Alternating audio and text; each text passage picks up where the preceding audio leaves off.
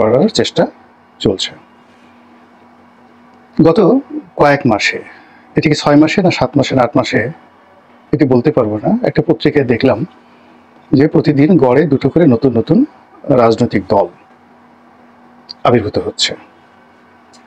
আমাদের দেশে ক্ষমতার প্রতি মোহ এবং পরিশ্রম না করে আলস্যে দিন কাটানোর যে প্রবৃত্তি, এটি বাঙালির মধ্যে প্রবল। দ্বিতীয়ত, যদি আপনি কাউকে কোনো স্বার্থ দেন আর সেই মানুষটিকে আপনি যদি অপমান করতে থাকেন, সে লজ্জা পাবে না।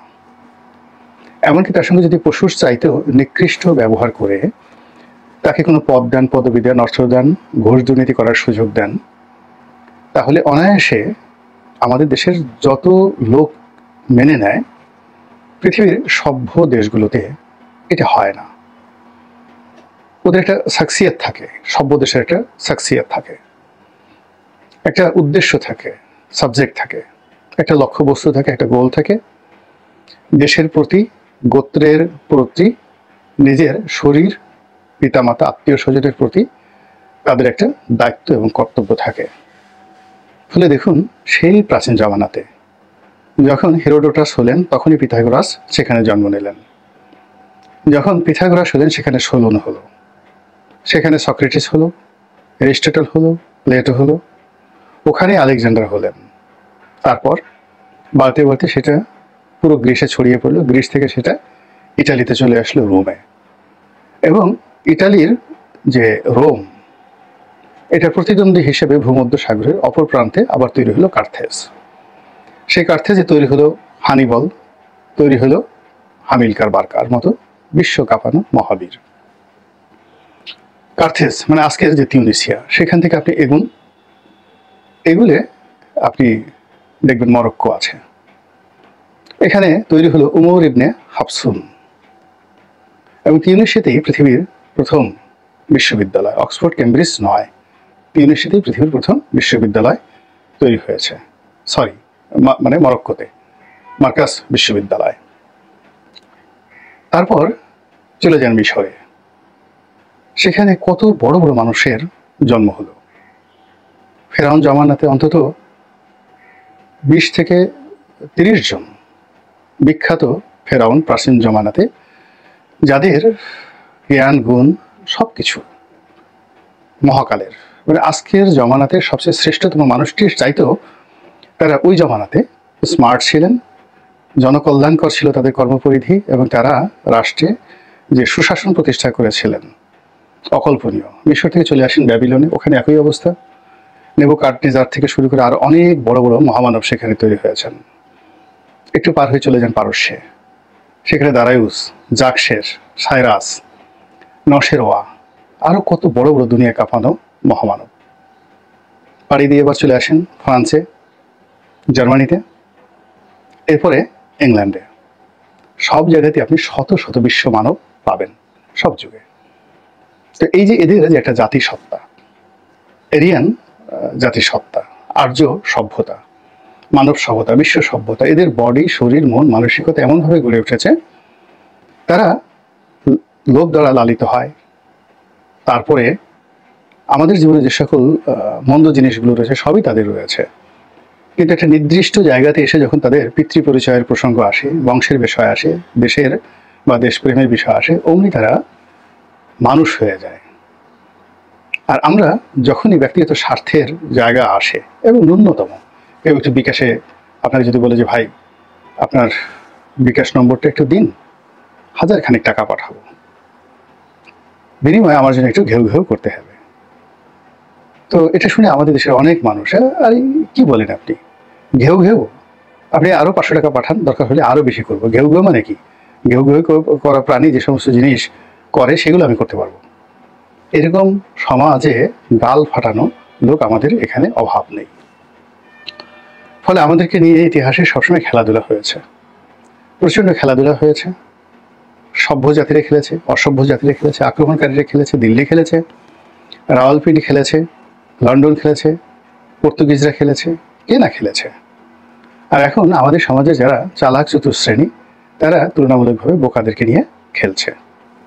এবং তারই ধারাবাহিকতায় এখন এই সময়টাতে রাষ্ট্র ক্ষমতাতে যারা এসেছেন তারা আমাদের এই সময়ের সবচেয়ে বুদ্ধিমান মানুষ, সবচেয়ে কৌশলী মানুষ, সফল এবং প্রচলিত শিক্ষা এবং দীক্ষায় তারা অনন্য। তো কাজেই অতীতে বিভিন্ন সময় চরিত্রহীন টাউট বাটপার লোকজন যখন রাষ্ট্র ক্ষমতা এসেছে তারা তাদের এই পা চাটার জন্যে, কদম মুবারক লেহনের জন্যে, তাদের জুতো যাতে কেউ মাথায় করে ঘুরে, এই জন্য তাবেদার শ্রেণী, চাটুকার শ্রেণী দলের ভিতরে, দেশের মধ্যে, গোত্রের মধ্যে, পরিবারের মধ্যে তৈরি করার পাশাপাশি একই সঙ্গে রাজনীতির অভিলাষ পূরণে গৃহপালিত বিরোধী দল, কিংস পার্টি এসব চলে আসছে এবং করে আসছে। অতীতে যারা একটু লোভী ছিলেন, স্বার্থপর ছিলেন, এখনকার জমানাতে যারা লোকজন রয়েছেন রাষ্ট্র ক্ষমতায় তাদের সে অবশ্যই তারা অনেকেই অযোগ্য ছিলেন, অন্তত শিক্ষা দীক্ষার দিক থেকে, বিশ্বের মানচিত্রে তাদের পরিচিতির দিক থেকে। এবং তারা যখন ক্ষমতা এসেছিল তখন তাদের সম্পর্কে আমরা এত কিছু জানতাম না। যেমন ধরুন জনাব আসিফ নজরুল বা রেজওয়ানা, ওনারা ক্ষমতা আসার আগে তাদেরকে নিয়ে আমরা যত মানুষ আবেগতাড়িত ছিলাম তাদেরকে চিনতাম, তার 100 ভাগের 1 ভাগ লোকও ক্ষমতা গ্রহণের আগে জনাব হুসাইন মোহাম্মদ এরশাদ সাহেবকে চিনতেন না, কিংবা ডক্টর মোহাম্মদ ইউনূস সাহেবকে এখন সারা দুনিয়ার মানুষ যেভাবে চিনেন। কিন্তু শহীদ প্রেসিডেন্ট জিয়াউর রহমান যখন ক্ষমতায় এলেন তখন তাকে যত মানুষ দেশের ভিতরে চিনতেন বা তিনি ক্ষমতা গ্রহণ করার আগে যত মানুষ চিনতেন তার চাইতে হাজার হাজার গুণ মানুষ, বেশি মানুষ ডক্টর মোহাম্মদ ইউনূসকে চেনেন। এরপরে শিক্ষা ধরেন, প্রাতিষ্ঠানিক শিক্ষা, দেশ বিদেশ ভ্রমণ, বয়স সব মিলিয়ে এখন যারা আছেন অতীতের ক্ষমতাধর লোকদের চাইতে ওনারা এখন অন্তত 100 গুণ বেশি এগিয়ে রয়েছেন। তো তারা যদি তাদের এই অভিজ্ঞতা, কর্ম, যোগ এটাকে ইতিবাচক অর্থে ব্যবহার করতে চাইতেন সেটা এক ধরনের রসায়ন হতো। আর তারা যদি নেতিবাচক কোনো কিছু করতে চান তাহলে অতীতের যে নেতিবাচকতা, সেটা শেখ হাসিনা বলেন, বেগম জিয়া বলেন, এরশাদ সাহেব বলেন, শহীদ প্রেসিডেন্ট জিয়াউর রহমান বলেন, তাদের যে রাষ্ট্র ক্ষমতা পরিচালনার নেতিবাচকতা তার সে 1000 গুণ পারঙ্গমতা দেখাতে পারবেন বর্তমান যারা আছেন তারা। তো সেই দিক থেকে অতীতের যে ব্যাড কালচার রাষ্ট্র ক্ষমতায় থেকে কিংস পার্টি বানাতে হবে। মঈনুদ্দিন ফখরুদ্দিনের সময়ের যে কিংস পার্টি এটা ব্যাপকভাবে আলোচিত, আমরা ওটাকে মডেল হিসেবে ধরি। তো মঈনুদ্দিন ফখরুদ্দিনের জমানাতে যে সংস্কারের কথা বলা হয়েছিল, যে কিংস পার্টির কথা বলা হয়েছিল, ওটা ওই সময় ব্যর্থ হয়েছিল। বাংলাদেশের শুধু নয় সারা দুনিয়ার একটা নর্মাল নিয়ম হলো যে এই পৃথিবীর কোনো কিছু হারিয়ে যায় না। আমরা যে কথাগুলো বলি এগুলো বায়ুমণ্ডলের একটা নির্দিষ্ট জায়গাতে রেকর্ডেড হতে থাকে। আমাদের শরীরের মধ্যে যারা বিশ্বাস করেন তাদের কথা আলাদা, আর যারা বিজ্ঞান পড়েন তারাও জানেন যে আমাদের শরীরের মধ্যে প্রতিটি কোষে, প্রতিটি অণুজীবে, প্রতিটি ডিএনএর যে গঠন প্রণালী রয়েছে সেখানে আমাদের এই জীবনের যা কিছু দেখেছি, যা কিছু করেছি সব কিছু মানব শরীরে সংরক্ষণ করা থাকে।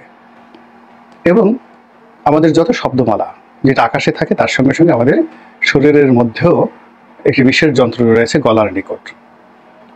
তো এই কণ্ঠনালীতে যে যন্ত্রটি রয়েছে সেই যন্ত্রের মধ্যে সারা জীবনের অডিও এখানে রেকর্ড করা থাকে। ফলে ভালো কাজগুলো যেভাবে পৃথিবী থেকে হারিয়ে যায় না, মন্দ কাজগুলো হারায় না। কোন আমলে কত হাজার বছর আগে মহাভারত রচিত হয়েছে আমরা ভুলিনি।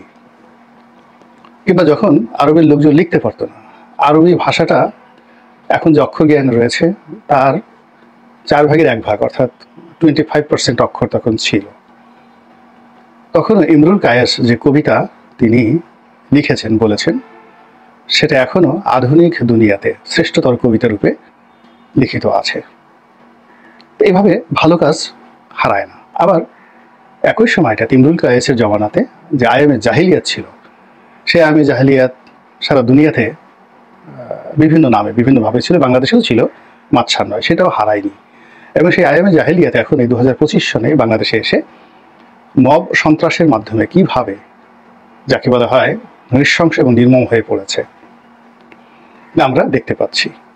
তো কাজেই মন্দ কাজ হারায় না। 1/11-এর সময় যে মন্দ কাজগুলো, যে ব্যর্থতাগুলো, সেগুলো মিশে যায়নি, হারিয়ে যায়নি। ফলে ওই কাজগুলি আবার নতুন করে দেখা দিয়েছে। এবং এই কারণে কি হচ্ছে, এই সংস্কার নিয়ে এখন এই বর্তমান জমানাতে যে সংস্কার, এটি নিয়ে তুমুল আলোচনা হচ্ছে, সমালোচনা হচ্ছে, ঘৃণা হচ্ছে, নেতিবাচক কথাবার্তা হচ্ছে। এবং একই সঙ্গে ওই সময়টাতে যে কিংস পার্টিগুলো হয়েছিল সেই কিংস পার্টির আদলে এখন যে কিংস পার্টিগুলো হচ্ছে, এদের সঙ্গে সরকারের সম্পর্ক থাকুক বা না থাকুক, এদের সবাইকে সন্দেহের চোখে দেখা হচ্ছে। এবং যারা এই কিংস পার্টির সাথে সম্পৃক্ত, হাতেগুলো 2-1 ছাড়া বেশিরভাগ মানুষদের অতীত কর্মকাণ্ড ভালো নয়। তারা লোভের দ্বারা, লালসার দ্বারা, ক্রোধের দ্বারা, কামের দ্বারা